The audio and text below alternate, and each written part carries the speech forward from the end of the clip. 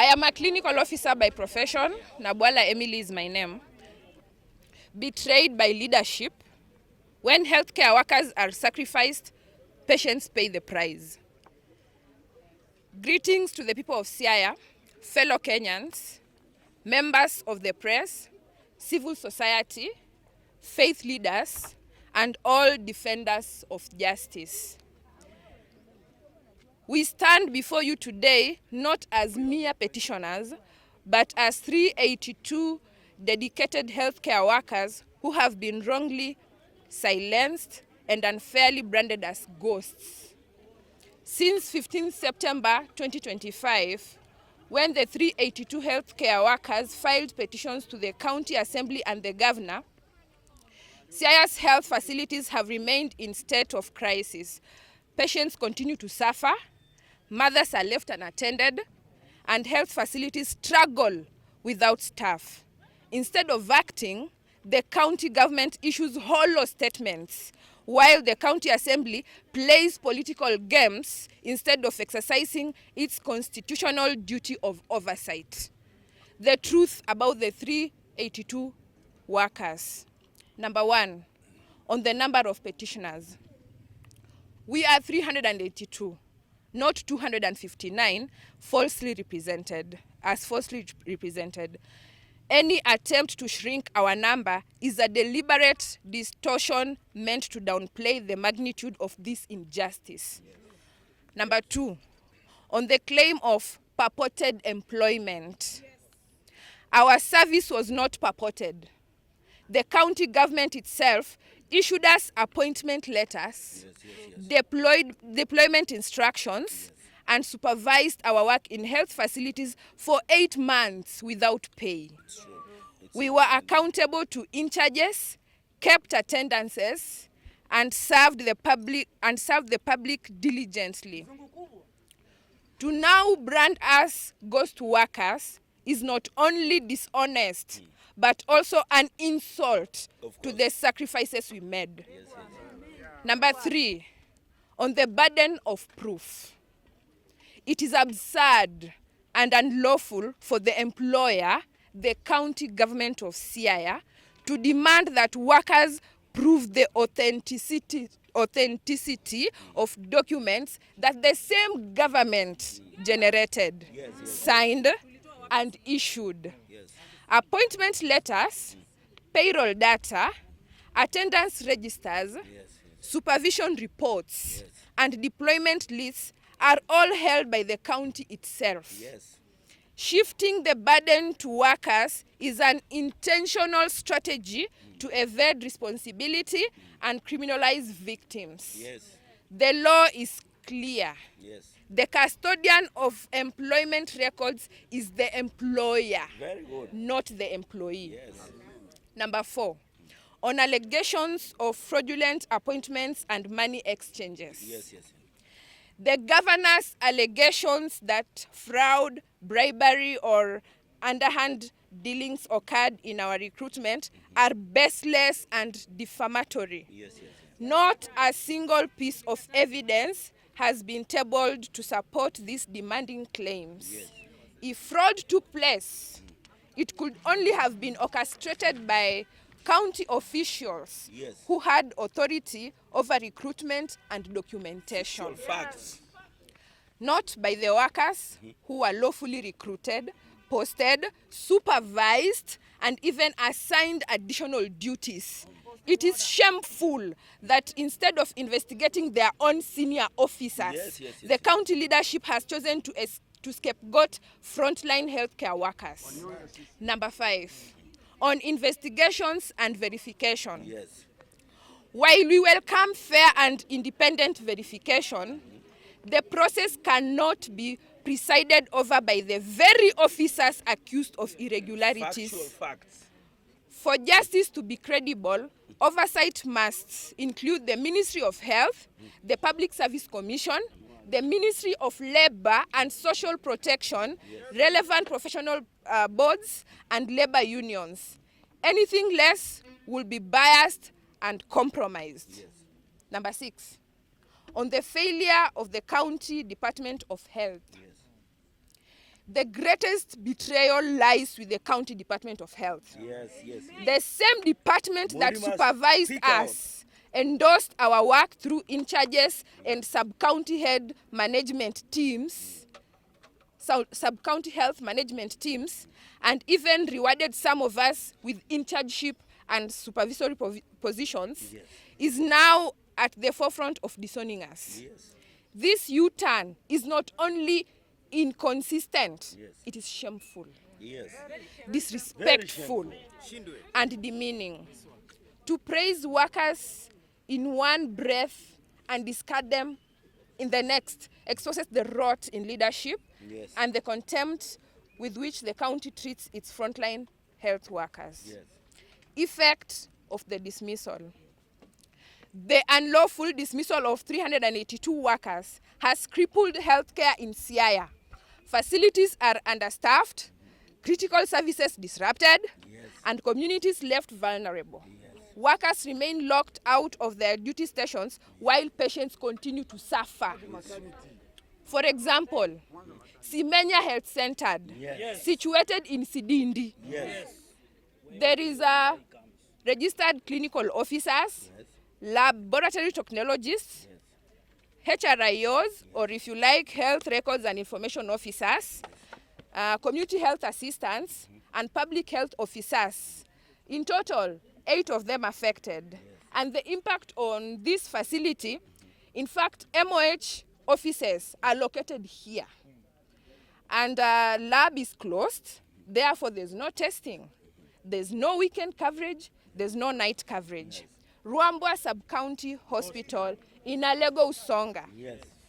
Registered clinical officers, nurses, nutritionists, and health record and information officers. All of them 14 affected in one facility. Departments have closed down, crisis in the maternity, and we have long queues at the OPD and MCH. Those are factual. Wagoro dispensary. Nurses serving this dispensary, all have been affected. The facility has closed down. Definitely. Onyelo Sub-County Hospital in East Asembo. Laboratory technologists, registered clinical officers, HRIOs, public health officers, community health assistants, all 7 of them have been affected. This facility ideally should offer 24/7 services, but as now, there are no services at night, neither are they at weekends, during weekends. Sifuyo Health Center, laboratory technologists, nurses, health record and information officers, all of them 4 in total affected. The lab and data departments are closed completely. ANC mothers travel several kilometers to seek services.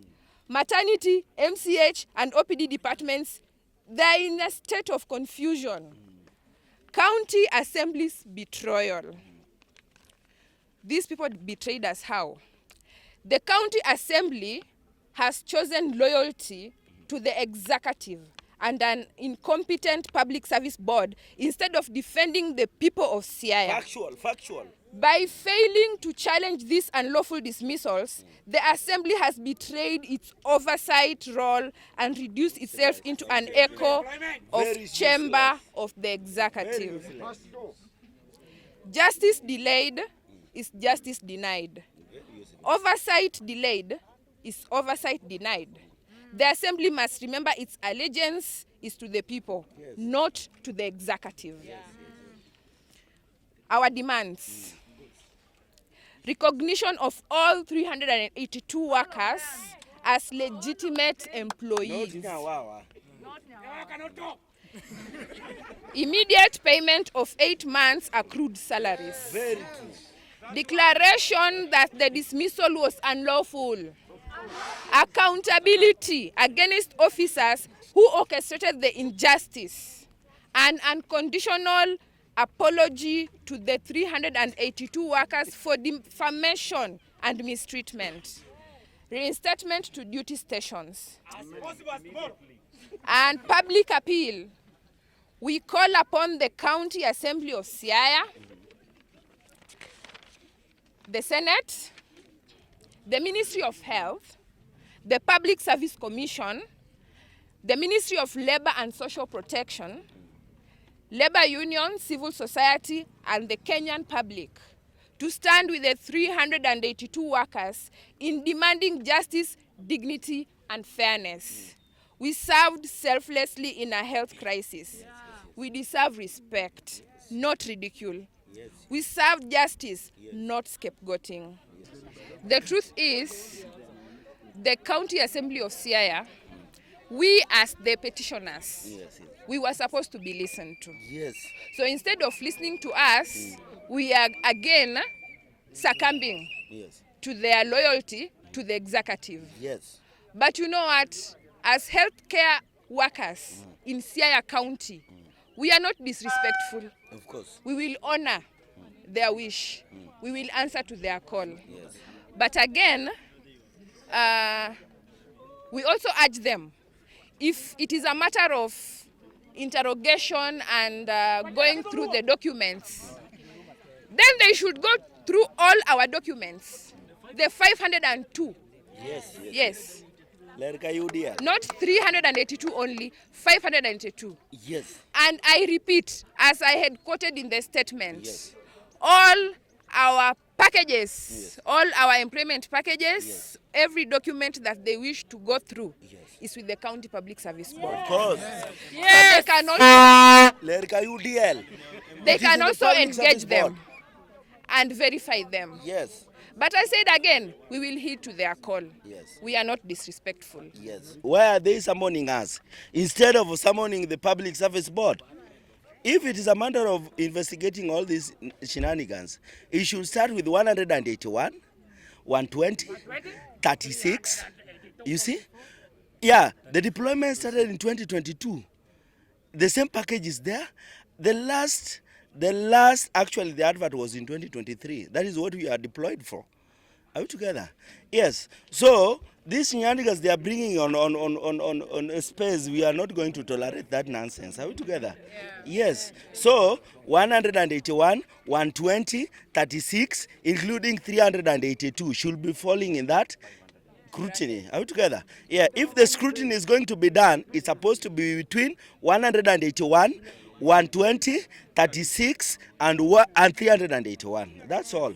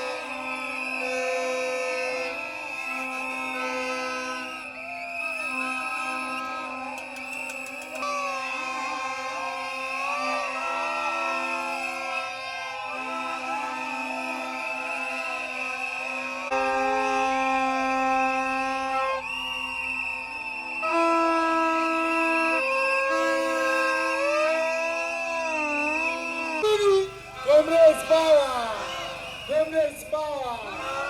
Afande unaweza rusha moja. Comrades power. Comrades power. Na wawa biro. Na umeme. Na tunaenda kwa kwa. Sisi ni wageni. Hapa Assembly tunaenda kwa kwa. Sisi ni wageni.